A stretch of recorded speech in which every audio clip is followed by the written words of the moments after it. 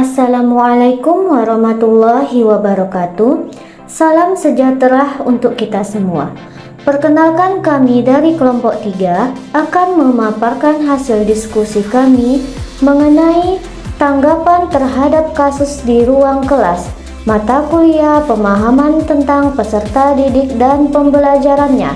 Adapun mata kuliah ini diampuh oleh Bapak Dr. Sehatta Saragi MPD.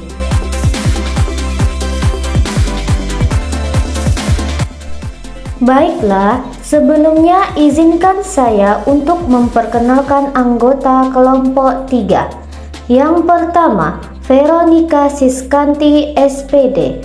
Kemudian Yohana Oktaviani Tepu SPD. Lalu Yosi Cahyaning Tias Fitri SPD. Kemudian Yuce Sandra SPD. Dan Zela Yentri Anissa SPD. Baiklah, untuk tidak memperpanjang pembukaan, langsung saja kita lihat beberapa kasus yang akan ditampilkan pada slide selanjutnya.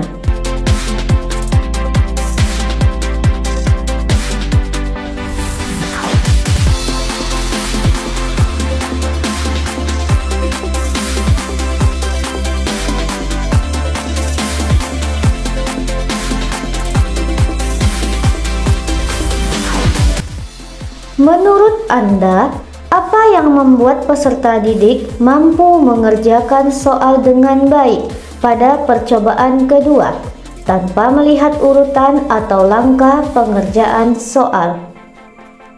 Karena peserta didik sudah berproses pada percobaan pertama, di mana guru telah menjelaskan terlebih dahulu langkah-langkah pengerjaan mencari nilai rata-rata, kemudian peserta didik mengikutinya, sehingga pada saat diberikan persoalan kedua, peserta didik tersebut dapat memproses soal secara sistematis karena sudah memahami langkah-langkah pengerjaan soalnya.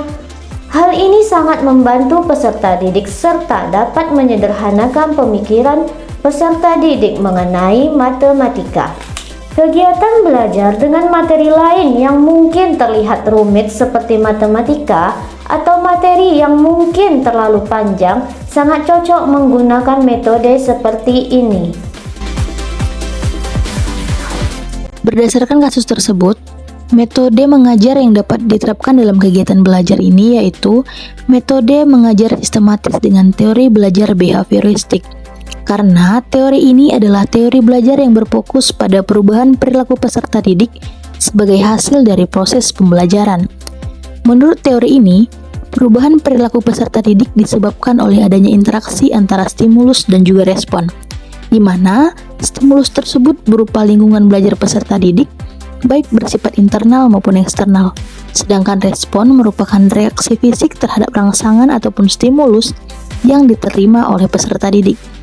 Berdasarkan sudut pandang teori behavioristik, hal yang terjadi di antara stimulus dan respon dianggap tidak penting untuk diperhatikan karena tidak ada yang dapat diamati dan tidak dapat diukur. Dengan kata lain, teori belajar ini menjelaskan bahwa belajar merupakan perubahan perilaku yang dapat diamati, dapat diukur, dan dapat dinilai secara konkret karena siswa telah mampu mengerjakan soal dengan baik dan sudah memahami konsep mengerjakan tipe soal tersebut dengan dibantu oleh langkah-langkah yang telah dibuat.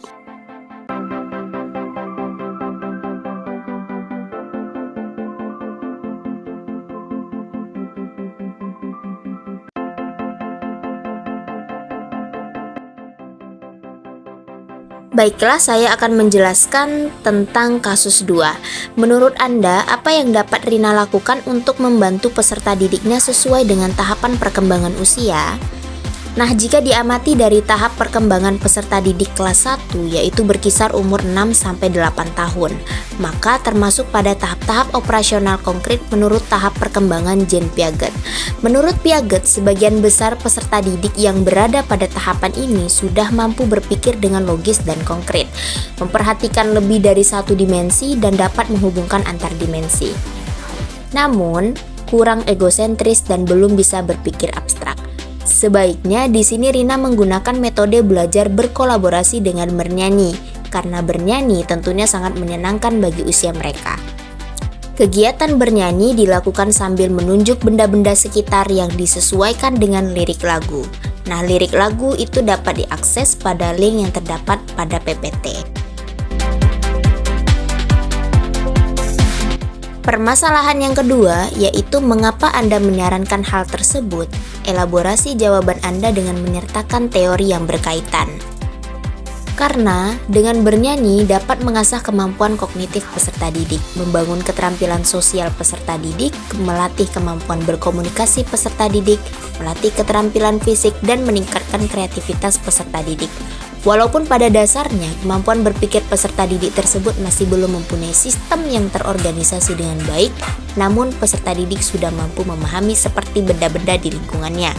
Selain itu, sesuai dengan tahap perkembangannya yaitu operasional konkret salah satu media yang digunakan bersifat nyata dan sangat mudah dipahami oleh peserta didik.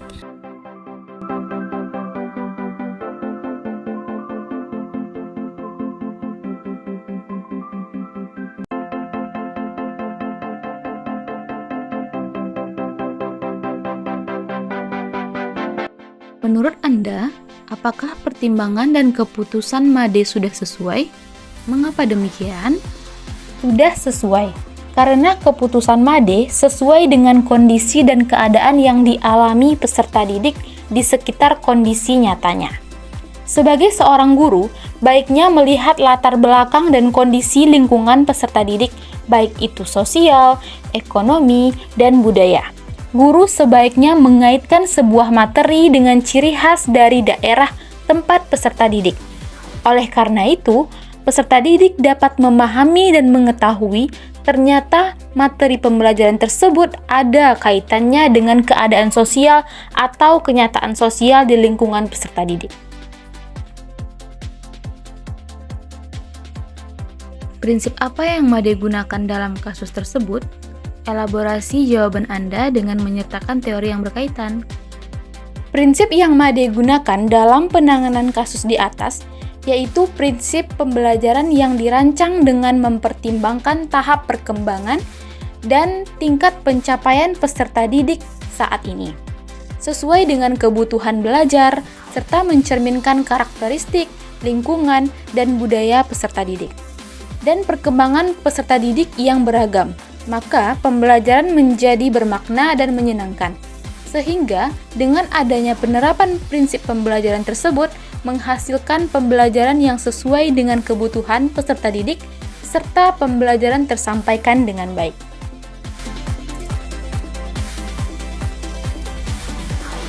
Dalam semua kegiatan belajar mengajar dan di setiap materi pembelajaran, hal itu dilakukan untuk mempermudah peserta didik mengkonstruksi materi yang diajarkan.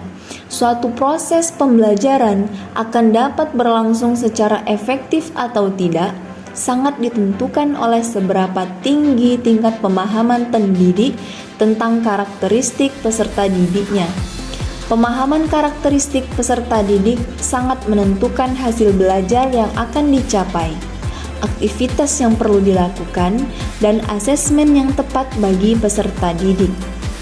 Atas dasar ini, sebenarnya karakteristik peserta didik harus menjadi perhatian dan panduan pendidik dalam melakukan seluruh aktivitas pembelajaran. Karakteristik peserta didik meliputi etnik, kultural, status sosial, minat, perkembangan kognitif, kemampuan awal, gaya belajar, motivasi, perkembangan emosi, perkembangan sosial, perkembangan moral, serta perkembangan motorik. Hal ini sesuai dengan teori karakter peserta didik diartikan sebagai ciri, tabiat, watak, dan kebiasaan yang dimiliki oleh seseorang yang sifatnya relatif tetap. Karakter peserta didik dapat diartikan sebagai keseluruhan pola kelakuan atau kemampuan yang dimiliki peserta didik sebagai hasil dari pembawaan dan lingkungan, sehingga mana cita-cita atau tujuannya. Sekian hasil diskusi kelompok kami. Mohon masukan, saran, dan kritikan membangun untuk kami dari Bapak dan Ibu serta rekan-rekan sekalian. Terima kasih. Wassalamualaikum warahmatullahi wabarakatuh. Salam pendidikan.